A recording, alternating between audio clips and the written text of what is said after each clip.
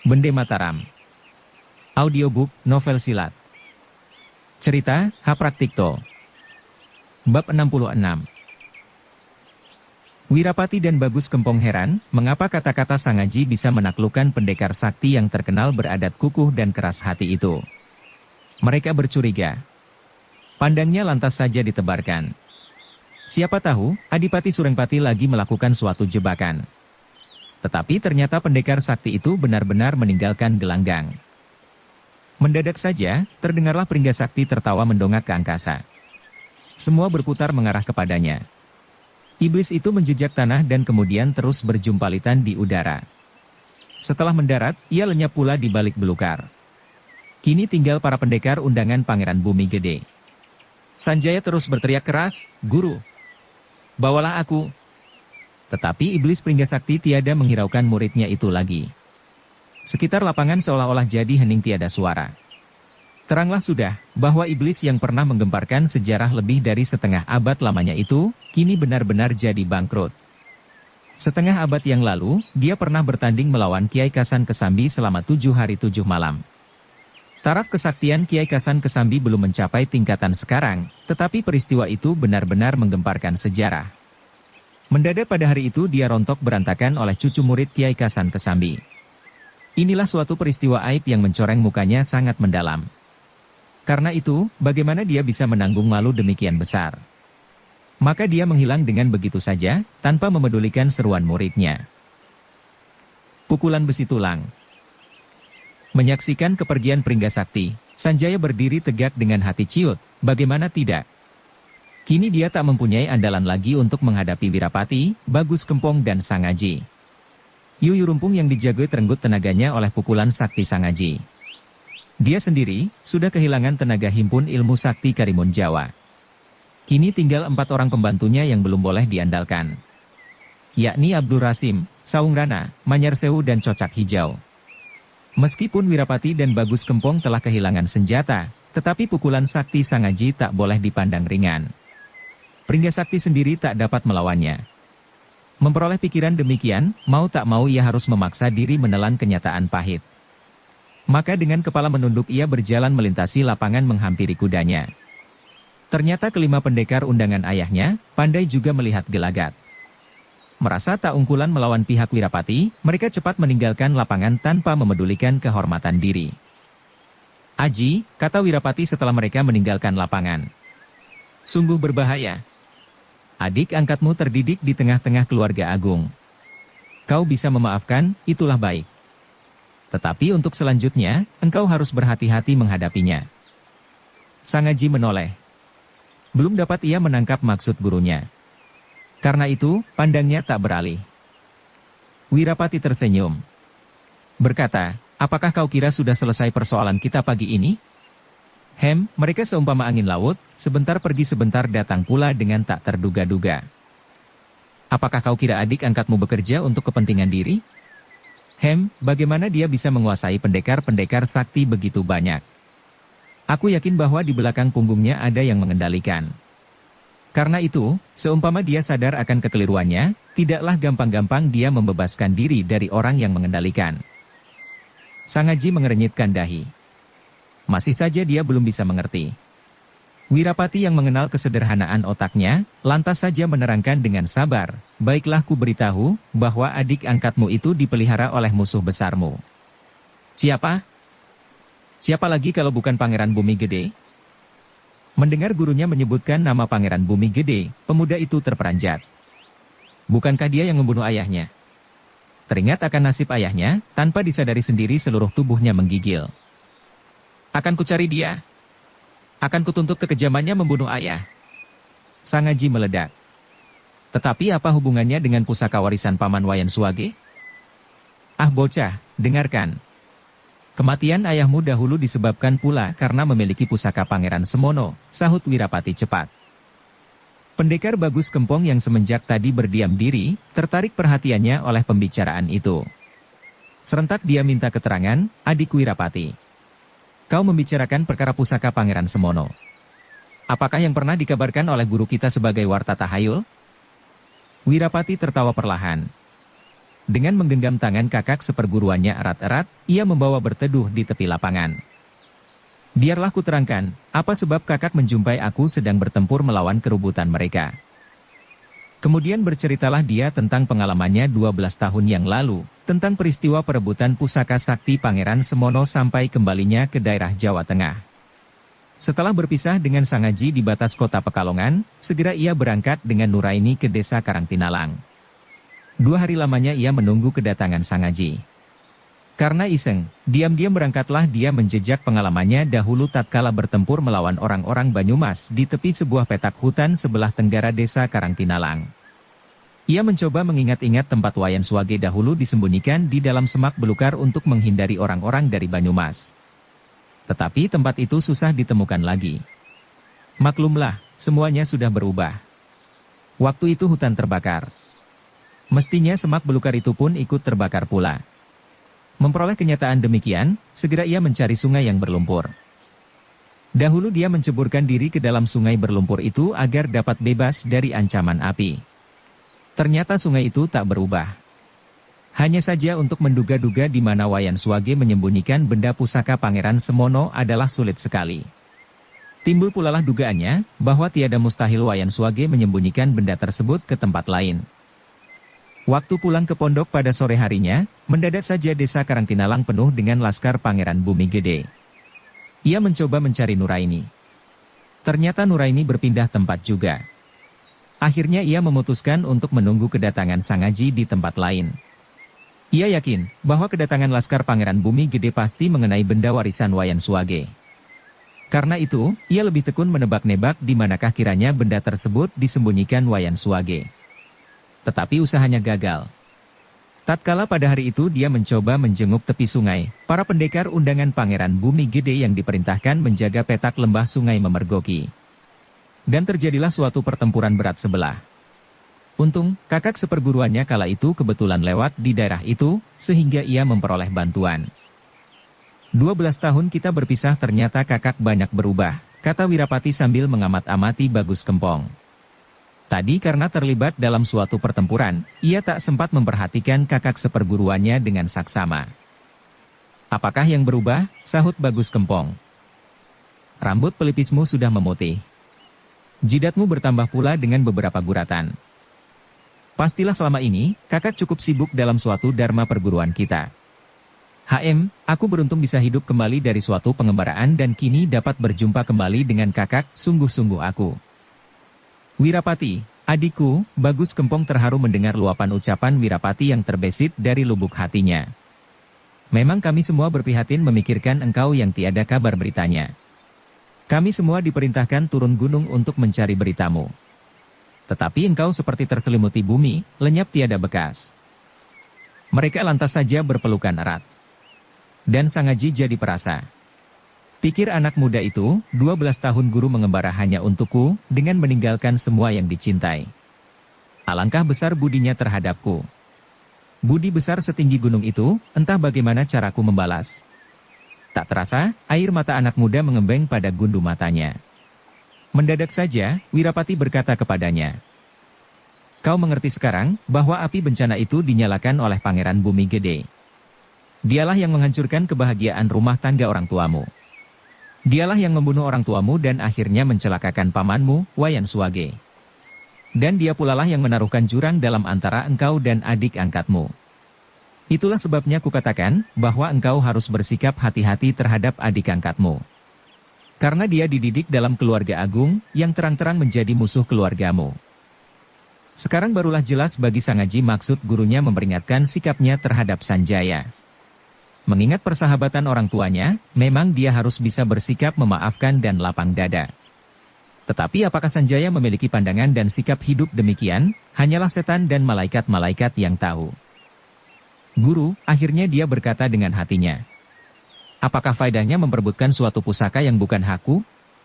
Pusaka Pangeran Semono itu entah kelak jatuh kepada siapa, apa peduliku? Mendengar ujar muridnya, Wirapati tertawa perlahan melalui dada. Teringatlah ia, bahwa dahulu ia pernah mengucapkan kata-kata itu terhadap Wayan Swage dan Ki Hajar Karangpandan. Tak terduganya bahwa muridnya kini mewarisi sikapnya yang perwira dan bersih sehingga mau tak mau ia jadi terharu juga. Aji, katanya menggurui, tak malu rasanya aku mempersembahkan terhadap guru sebagai cucu muridnya. Hanya saja, mengingat benda pusaka itu telah merenggut nyawa orang tuamu dan pamanmu, alangkah akan sia-sia apabila engkau bersikap dingin tak memedulikan. Lantas apakah arti korban ayah dan pamanmu? Ingatlah, bahwa almarhum pamanmu mempercayakan benda keramat tersebut kepadamu. Di alam baka betapa dia memperoleh ketentraman, apabila engkau mensia-siakan pesannya terakhir. Ia berhenti mencari kesan. Meneruskan, tentang siapa yang berhak memiliki pusaka tersebut, baiklah kita serahkan kepada kakek gurumu. Biarlah beliau yang menentukan. Keputusan kakek gurumu tak pernah salah. Adikku Wirapati, tiba-tiba Bagus Kempong menyahut. Benar-benar aku merasa keripuhan mendengar semua ujarmu. Engkau berbicara perkara pusaka Pangeran Semono, pembinasaan orang-orang Banyumas dan kepentingan muridmu memperebutkan benda tersebut. Apakah pusaka itu benar-benar ada dalam percaturan hidup ini? Wirapati menoleh perlahan-lahan kepada kakak seperguruannya. Memang dahulu gurunya pernah mengabarkan adanya benda keramat itu. Tetapi sebagai benda keramat yang benar-benar ada, betapa kakak seperguruannya akan dapat dibuat mengerti serta yakin? Karena itu dia berkata menegaskan, 12 tahun lamanya aku pergi tanpa berpamit guru, meskipun bukan perkara benda keramat tersebut, tetapi itulah yang menyebabkan. Apakah hal itu belum meyakinkan kakak? Melihat engkau begini sungguh-sungguh, mestinya aku harus percaya. Tetapi apakah kata guru nanti setelah mendengar kisah pengembaraanmu, inilah yang sulit untuk meyakinkan. Ya, aku tahu dan justru aku akan mengabarkan kepada beliau. Apa kabar guru kita? Sahut Bagus Kempong. Kemudian lama ia tak membuka mulut. Dan Wirapati jadi cemas. Dengan pandang tak berkedip ia mengawasi kakak seperguruannya. Hatinya sibuk menduga-duga. Maklumlah, 12 tahun yang lalu gurunya sudah berusia 70 tahun lebih. Ia khawatir, kakak seperguruannya akan mengabarkan bahwa gurunya sudah meninggal dunia. Beberapa saat kemudian, Bagus Kempong berkata, guru masih sehat walafiat. Bahkan tubuhnya nampak kian segar bugar. Hanya saja, beliau sudah meninggalkan urusan dunia. Sehingga kukhawatirkan bahwa kisah pengembaraanmu tiada didengarkan. Bukankah hal itu akan membuatmu kecewa? Masa perjuangan selama 12 tahun, bukanlah murah. Mendengar jawaban Bagus Kempong, hati Wirapati lega seperti seseorang memperoleh seteguk air dalam saat-saat dahaga kering. Lantas saja menyahut, meskipun seumpama guru tiada mendengarkan sepatah kataku, apa peduliku? Aku bisa hidup dengan selamat dan bisa bertemu kembali dengan guru, bukankah suatu karunia yang mahal dibeli? Mata Wirapati lantas saja jadi berseri-seri penuh syukur. Tetapi Bagus Kempong nampak menundukkan kepala, sehingga mau tak mau ia sibuk lagi menebak-nebak. Adik Wirapati, bahwasanya engkau mengira, aku bertambah putih rambutku karena kesibukan bekerja adalah benar belaka. Ketahuilah setelah engkau pergi tiada kabar berita, perguruan kita sering didatangi orang-orang sakti hendak menuntut dendam. Mengapa? Wirapati terkejut. 12 tahun yang lalu, di lembah sungai ini kedapatan 8 orang lebih tewas bekas teraniaya. Orang-orang mengabarkan, bahwa mereka pernah melihat dirimu berada di antara hutan yang terbakar. Meskipun kami, saudara-saudara seperguruan, sama sekali tiada percaya, bahwa engkaulah yang membinasakan mereka, tetapi tuduhan anak keluarganya kian lama kian keras. Sekarang setelah aku mendengarkan keterangan dari mulutmu sendiri bahwa itulah perbuatan pendekar dari Karangpandan, aku bertambah yakin akan kebersihan dirimu. Wirapati terperanjat sampai berjingkrak. Tak kukira bahwa sepeninggalku, perguruan justru kena noda begini jahat. Lantas siapakah mereka yang berkurang ajar mendatangi perguruan? Pikir Wirapati dalam hati. Bagus Kempong tertawa mendongak. Menjawab, siapa yang datang? Apa perlu kau ributkan? Perkaramu adalah perkara kita bersama. Kalau sekarang aku melihat engkau datang dengan kebersihan hati, sudahlah suatu tebusan yang mahal harganya. Dan legakan hatimu, bahwa saudara-saudaramu tetap berkukuh, bahwa tuduhan itu tiada beralasan. Mendengar kata-kata Bagus Kempong, Wirapati jadi terdiam. Dan Sangaji jadi bertambah perasa. Anak muda itu lantas saja berpikir lagi, ternyata guru tidak hanya mempersembahkan keperwiraannya belaka untukku, tetapi benar-benar telah mengorbankan kehormatan perguruannya juga.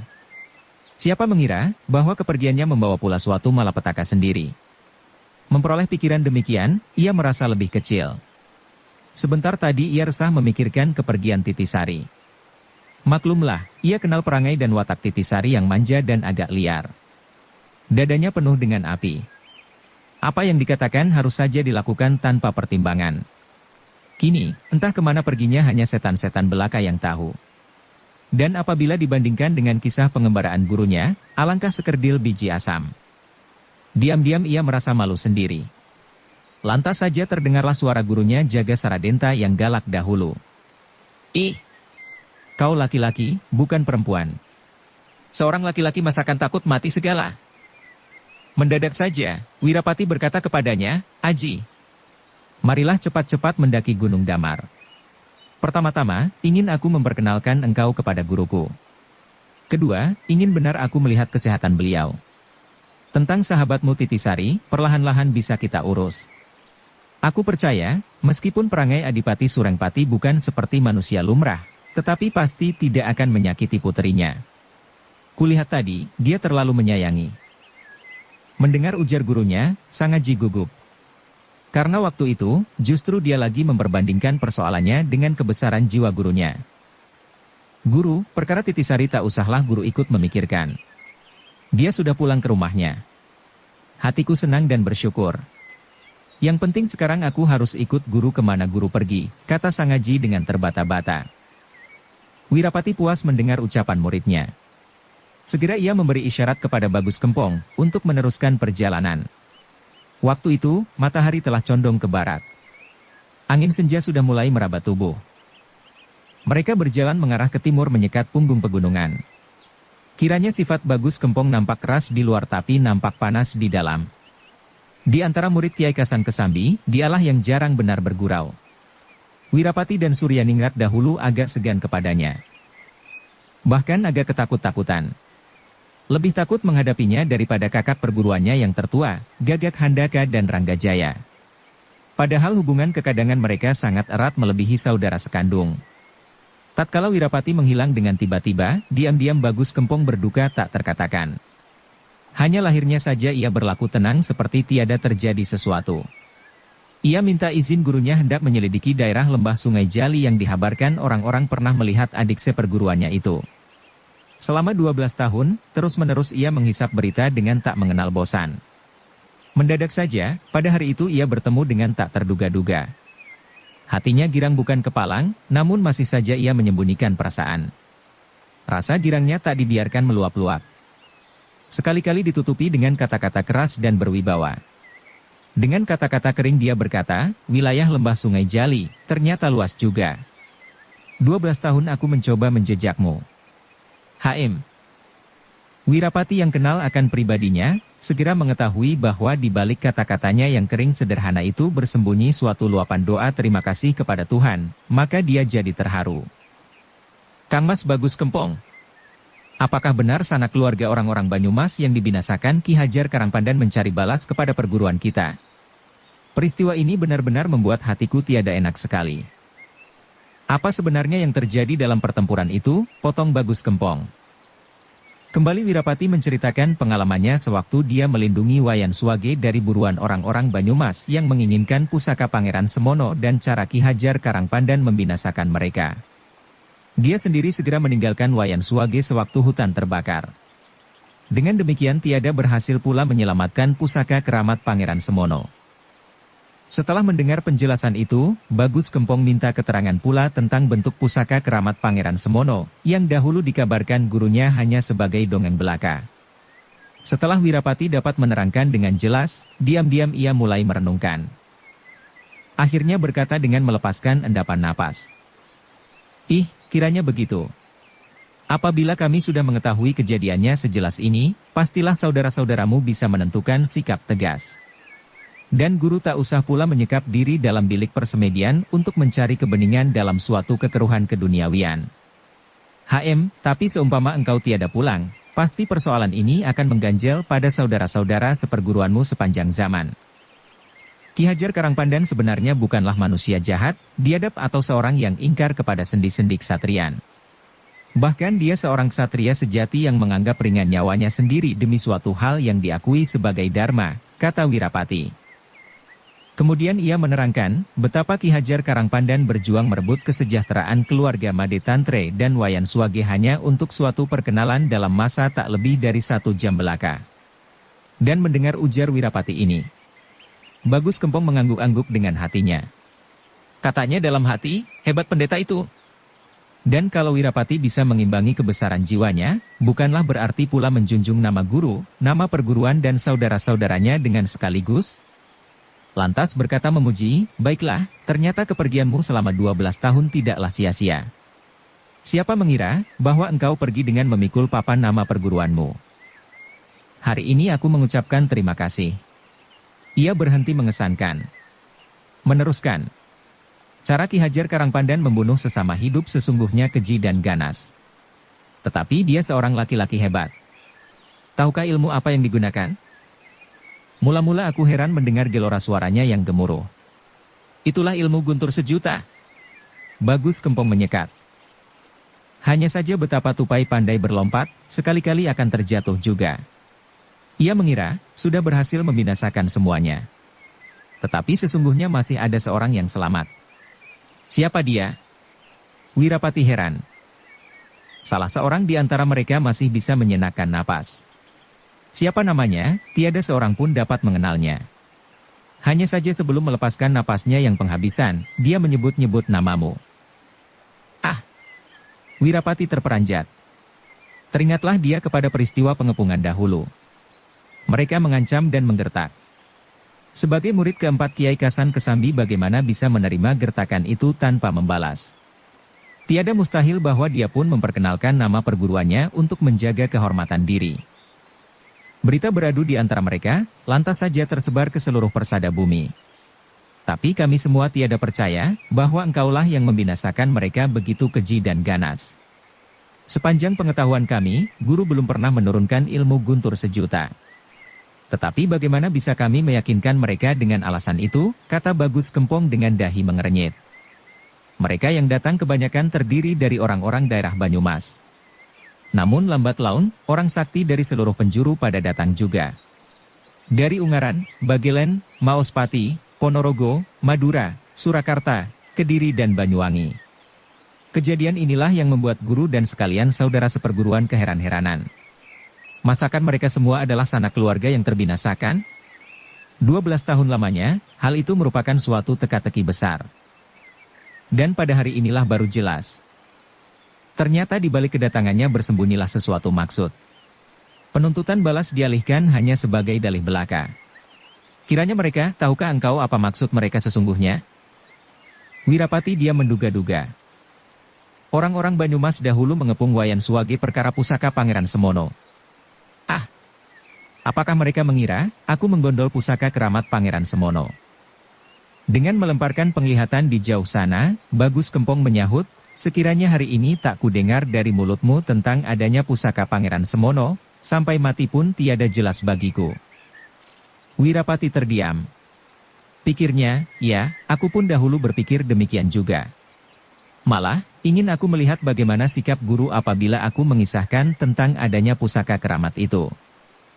Tengah Wirapati memikirkan tentang orang-orang yang datang berbondongan di perguruannya dengan berpura-pura mengaku sebagai sanak keluarga orang-orang Banyumas yang dibinasakan Ki Hajar Karangpandan sebagai dalih. Mendadak Bagus Kempong berkata lagi, biarlah mereka datang lebih sering lagi, apa peduli kita? Hanya saja, kemudian tahukah engkau siapa lagi yang datang pada hari-hari ini? Wirapati melengak. Tak dapat ia menebak, sehingga terpaksa ia meninggikan alisnya. Dan berkatalah Bagus Kempong, utusan Sri Sultan Hamengkubuwono II. Sri Sultan? Wirapati terperanjat. Sangaji pun yang berjalan di belakangnya ikut terperanjat pula melengak, tercengang-cengang. Meskipun tidak terang-terangan, tetapi utusan Sri Sultan seringkali menjenguk perguruan kita. Kemudian utusan-utusan Patih dan Nurejo pula. Seperti kau ketahui, ibu kota kerajaan kini sedang meruncing. Antara keluarga Garwa Padmi dan para selir seringkali timbul fitnah-fitnah dan bentrokan-bentrokan. Akhir-akhir ini bahkan mulai pula timbul suatu pertempuran terang-terangan antara pihak Patih dan Nurejo dan Sri Sultan. Dan semenjak itu, guru lantas saja mengundurkan diri dari persoalan keduniawian. Nampaknya beliau sangat kecewa lalu menenggelamkan diri dalam sanggar semadi. Beliau hanya muncul sekali 1 tahun di hadapan kita. Mendengar kabar itu, Wirapati jadi berenung-renung. Alangkah banyak perubahan yang terjadi selama dia meninggalkan perguruan. Tak terasa terlontarlah perkataannya, tak kusangka, bahwa kepergianku tanpa pamit itu membawa suatu akibat demikian besar.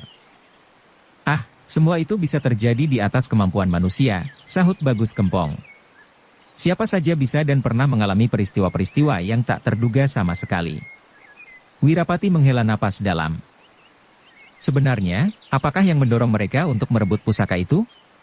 Bukankah pusaka tetap sebagai benda mati? Justru aku ingin memperoleh keteranganmu, karena engkau telah memperoleh kesempatan mengenal benda perebutan itu, sahut Bagus Kempong cepat. Tentang daya guna pusaka Pangeran Semono itu, sama sekali ia tak menaruh perhatian. Ia hanya mendengar suatu kabar belaka, bahwa barang siapa memiliki kedua pusaka tersebut akan sakti tanpa guru, kebal dari sekalian senjata dan kelak bisa menguasai Nusantara. Ia menganggap kabar itu sebagai dongeng kanak-kanak belaka yang tak masuk akal. Tetapi oleh pertanyaan Bagus Kempong, sekonyong-konyong ia teringat sesuatu. Cepat ia menoleh kepada Sang Aji dan bertanya, "Aji, kau dahulu pernah berkata kepadaku, bahwa engkau memperoleh kisikan beradanya benda tersebut dari almarhum pamanmu. Benarkah itu?" Sang Aji yang semenjak tadi berdiam diri, dengan gugup menjawab, "Benar. Tatkala paman hendak bertempur melawan laskar Pangeran Bumi Gede, ia membisiki sesuatu kepadaku." "Apa katanya?" "Begini," kata Sang Aji mengingat-ingat. "Anakku, tak dapat aku berbicara berkepanjangan kepadamu, mengapa semuanya ini mesti terjadi. Tetapi ingat-ingatlah pesanku ini. Sesampaimu di desa tempat engkau dilahirkan, lekas-lekaslah engkau berangkat ke Tenggara. Di sana engkau akan melihat sepetak hutan dan suatu perkampungan baru. Dahulu hutan itu terbakar habis. Kini tinggal sisa-sisanya belaka. Meskipun demikian bekas-bekas kelebatannya belum juga hilang.